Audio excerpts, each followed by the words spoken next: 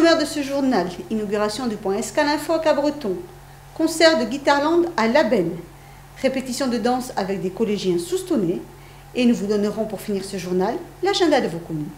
Bienvenue sur TV Land. Il y a près d'un an, Éric Kérouche, président de la communauté de communes Max, posait symboliquement à Cabreton la première pierre de l'Escale Info, espace d'information pour les jeunes et les familles. Ce nouveau pôle de service de Max était inauguré la semaine dernière en présence du maire de Cabreton, du sous-préfet et des partenaires de cette Escale Info. Voici les services proposés par cet espace d'information. C'est sous un soleil quasi printanier que le ruban tricolore inaugurant l'Escale Info a été coupé. Cet espace d'information qui fonctionne depuis quelques mois regroupe les anciens bureaux d'information jeunesse de Cabreton et Point Info Famille de Tyrosse, ainsi que des permanences de partenaires tels la CAF, la mission locale, le CDAD pour les questions juridiques et l'AMCF spécialisé dans la médiation des conflits familiaux. Un pôle de service qu'Éric Kérouche a décrit comme l'auberge espagnole. C'est un peu le cas, mais c'était dans le bon sens du terme. L'idée, c'était de dire que il est sans doute plus intéressant pour les usagers des services publics d'avoir un seul lieu, un seul repère où ils trouvent plusieurs possibilités en même temps. C'est exactement le but de l'Escale Info. Donc en gros, une accumulation de services. Répartis sur 3 niveaux, l'Escale Info comprend un guichet unique où les animatrices accueillent, conseillent et orientent. Toute personne qui entre à l'Escale Info monte d'abord nous voir à l'accueil. On lui explique un petit peu ce qu'est l'Escale Info, les permanences des différents partenaires, les services qu'on trouve ici. Et on l'oriente ensuite soit vers la CAF si elle vient pour la CAF, soit vers la mission locale si elle a rendez-vous. Et pour toutes les personnes qui viennent au bureau information jeunesse et au point info famille, on répond à leurs questions, on les accompagne dans leurs recherches, dans leurs démarches administratives, dans leurs projets, on accompagne aussi au CV. Et l'intérêt du guichet unique, c'est qu'une personne qui vient par exemple pour une permanence de la CAF peut tout aussi bien trouver des informations sur les points rencontres emploi de la communauté de communes, venir faire son CV, trouver des informations sur les loisirs ou sur les sorties du week-end. Voilà, le fait d'avoir tout centralisé dans un espace unique permet d'apporter plus d'informations que la primo-demande de la personne qui vient. En plus d'offrir aux habitants de Max un espace d'information centralisé, la réalisation de cette Escale Info aura aussi permis de conserver un édifice emblématique de Cabreton, l'Hôtel du Centre, et ce grâce à un partenariat public-privé avec le restaurant MB. L'Hôtel du Centre était vraiment un bâtiment classé en ce qui nous concerne au PLU de Cabreton et nous ne voulions pas que cet hôtel, une fois qu'il serait vendu, soit détruit. Le but c'était de le conserver et je pense que la réhabilitation aussi bien de la partie publique que de la partie privée conserve l'esprit de ce qui a été ce lieu mythique de Cabreton et je crois que pour la commune de Cabreton, à cet endroit devant le Boudigo, c'est important. Autrefois fréquenté par les marins cabretonnais après la pêche, l'Hôtel du Centre retrouve aujourd'hui une seconde jeunesse. Le festival de musique Guitarland, centré comme son nom l'indique sur la guitare, avait lieu depuis 8 ans dans la salle municipale de Labenne. Des travaux de cette salle obligeant, Guitarland a déménagé. Et c'est en l'église de Labenne que se tiendront dorénavant les concerts mensuels avec donc une toute nouvelle formule. Pour sa 9e saison, Guitarland investit l'église de Labenne, un changement de décor qui implique quelques adaptations.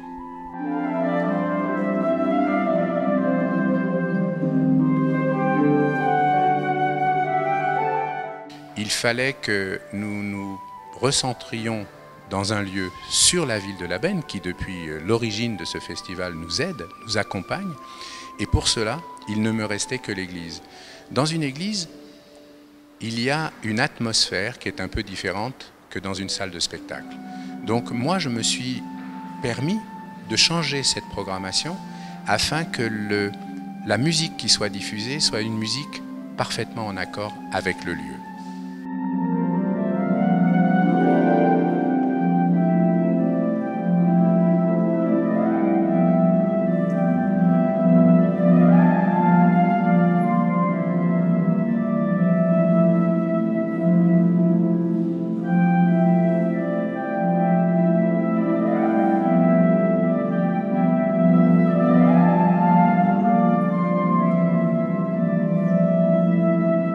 Le duo Muriel Dupin à la harpe et Maryse Grasset guitare, flûtiste, ont ouvert cette nouvelle saison musicale à Labenne.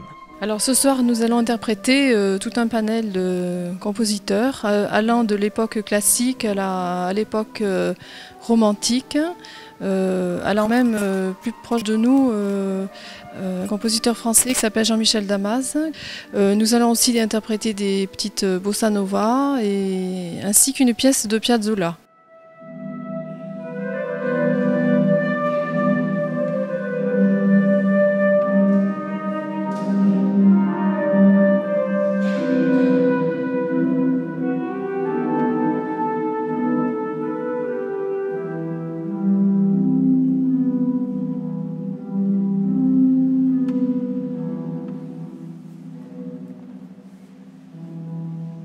Un lieu et une programmation musicale qui changent, les grandes et belles voix seront à l'honneur. À partir de janvier 2013, se succéderont dans cette église des concerts où je vais vous faire découvrir ou continuer à apprécier la voix dans sa globalité. Il y aura des soirées avec baryton accompagné d'un instrument. L'instrument pourra être une guitare, pourra être une harpe, pourra être un accordéon. Et puis vous entendrez des duos, vous entendrez des barytons sopranes, vous entendrez des ténors. On traversera des soirées dans lesquelles la voix sera très à l'honneur. Même si Guitarland se transforme cette saison, la formule concert plus repas reste-t-elle inchangée. Mon plaisir, ce n'est pas que de vous faire découvrir la musique, c'est de se retrouver entre amis après pour faire la découverte des musiciens qui ont joué devant vous et qui se sont exprimés par leur art, par leur passion. Et autour d'un repas, c'est bien sympa de continuer la soirée. Prochaine soirée qui aura lieu le samedi 24 novembre avec un trio de chambre, violon, violoncelle et piano. Si vous préférez la danse, alors samedi, direction la salle Roger Hanin à Souston, où vous pourrez vous évader grâce à la compagnie de danse Ballet Actuel. En première partie se produiront les élèves de la classe Accompagnement éducatif activités artistiques du collège de Souston. Nous avons assisté pour vous à leur répétition. Plusieurs classes, des collèges et des lycées de Max ont pris part à ces ateliers, une initiative soutenue par la communauté de communes et le Conseil général des Landes, dans l'optique de développer la danse sur notre territoire. Dans la volonté d'accompagner la création de ce pôle danse ici à Souston, puisque cette salle a été repérée comme un équipement majeur pour proposer une offre danse contemporaine sur le territoire de la côte sud des Landes. En effet, c'est un équipement qui est bien adapté, avec un beau plateau, une belle jauge pour accueillir un nombre de spectateurs important, des loges assez grandes pour pouvoir accueillir des compagnies de danse. Voilà, donc une fois que cet équipement a été repéré, l'idée a été de développer un projet danse en milieu scolaire avec une vraie médiation vers les jeunes. À Souston, pour assurer la première partie du spectacle de la compagnie Ballet Actuel, l'atelier a pris la forme d'un stage intensif de 2 jours pour les 23 élèves de la classe Accompagnement éducatif activités artistiques du collège. Ça s'appelle Ouverture artistique et c'est pour proposer aux élèves une ouverture culturelle éclectique en leur proposant des spectacles divers et variés dans le domaine de la danse, de la musique et du théâtre. L'option ouverture artistique existe depuis 2 ans à Souston. En partenariat avec la commission culture de la ville, les élèves peuvent assister gratuitement à divers spectacles tout au long de l'année. J'aime beaucoup la danse, le chant et c'est une manière de découvrir cet univers. Pendant 2 jours, le groupe composé uniquement de filles a pu se plonger dans la danse contemporaine. Le fait qu'ils aient voulu toucher du doigt voilà, la création d'une pièce chorégraphique, voilà, déjà ce point est admirable.